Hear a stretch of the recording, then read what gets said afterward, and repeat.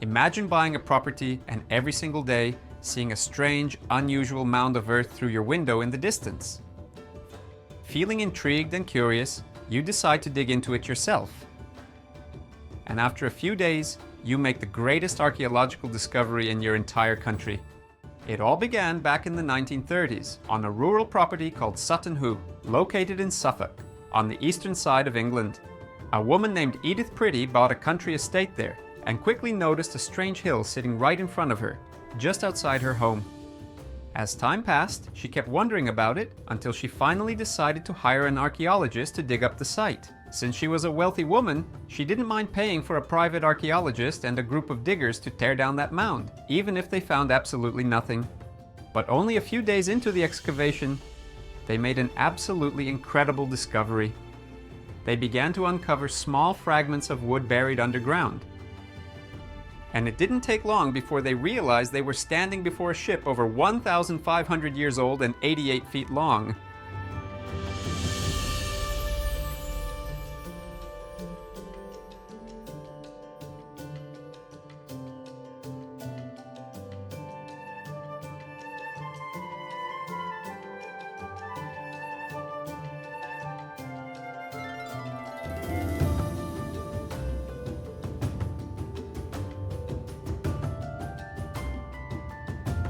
And inside that ship, they found Anglo-Saxon treasures of unimaginable value. And among those treasures, there was one item that would become the ultimate symbol of that entire discovery: the Sutton Hoo helmet.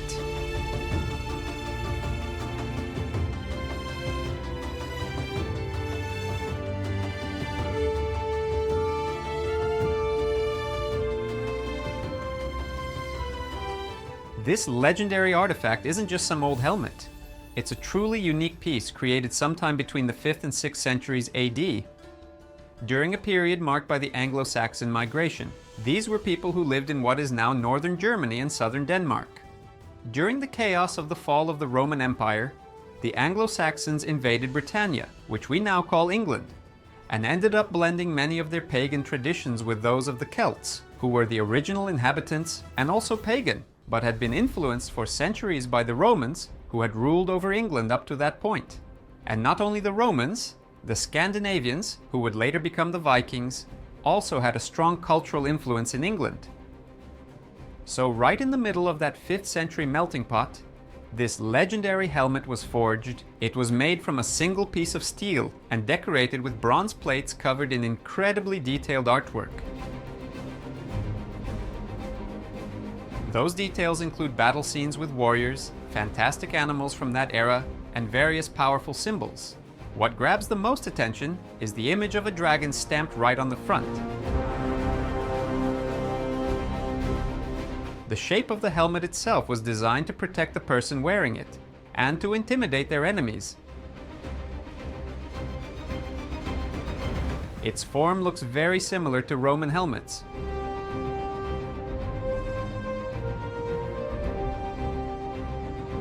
Which shows how strong Rome's influence still was in England back then. Every tiny engraving tells a story, as if the helmet were a living crown of history and strength. But when the helmet was found, it had been shattered into over 500 pieces. That has everything to do with the mound where it was discovered, because in reality, what lay beneath all that dirt was the tomb of a king who had been buried following Scandinavian tradition inside a ship. A real ship that once sailed across the sea was brought inland and turned into a kind of massive coffin.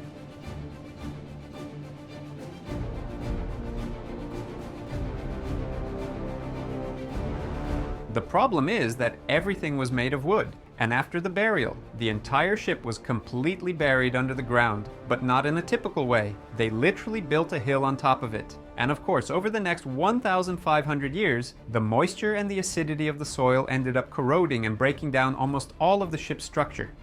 Only small parts of the ship remained, but many incredibly valuable treasures were preserved.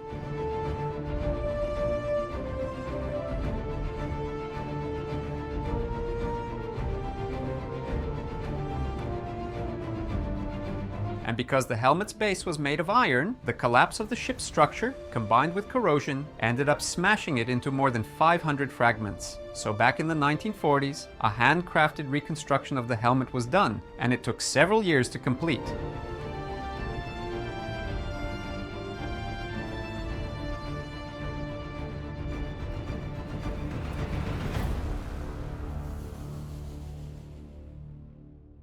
But due to the technical limitations of that time, 30 years later, a team of specialists took it apart and rebuilt it once again.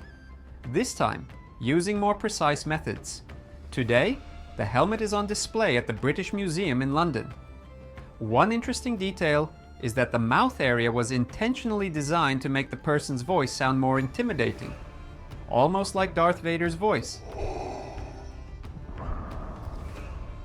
And that wasn't the only ship buried in the area. In fact, there were 18 other mounds containing smaller ships, most likely belonging to less important individuals. In some of them, no ship was found at all, because the vessels were very small and ended up decomposing quickly, and others were looted over the centuries. But after all, who was the person buried inside that massive ship? Most historians agree that the helmet and the body belonged to an Anglo-Saxon king named Redwald. He was not only a warrior, but also one of the first pagan kings of that time to convert to Christianity. Or at least partially convert. He mixed pagan rituals with Christian ones. The truth is, he may have been the most powerful Anglo-Saxon king of his era. Before the discovery of this helmet and all the treasures around it, many people believed the Anglo-Saxons were just primitive barbarians. But the way the helmet was made and the richness of its details proved that the Anglo-Saxons were actually quite advanced in metalwork, art, and social structure. In fact, many of the objects found there came from the Mediterranean and the Middle East, showing the wide trade network that already existed in those times. Many of the items were made of pure gold and richly decorated with gems, and with so much wealth involved, a big question came up. Who should own everything found there? The landowner or the British government? After a legal decision, it was ruled that everything discovered there belonged to the landowner. But in an extraordinary act of generosity, the elderly lady decided to donate all of it to the British Museum. Even Winston Churchill, who was Prime Minister at the time, ordered that Edith Pretty be honored. But she kindly refused and said that treasure didn't belong to her. It belonged to the British people. And you might be wondering what kind of effort it must have taken to move that ship to the top of a hill. That spot is 1.24 miles away from the sea, but it's very close to a river called the Deben. So most likely, they sailed the ship up the river as far as they could, right to the place where it would remain forever. Without question, the Sutton Hoo helmet is one of the most recognized symbols in British history. It reminds us that human history is filled with moments when civilizations created incredible works, and that those works stayed hidden for centuries or even millennia before being brought back to light. It really makes you wonder how many more things might still be out there, waiting to be found. Did you enjoy the video?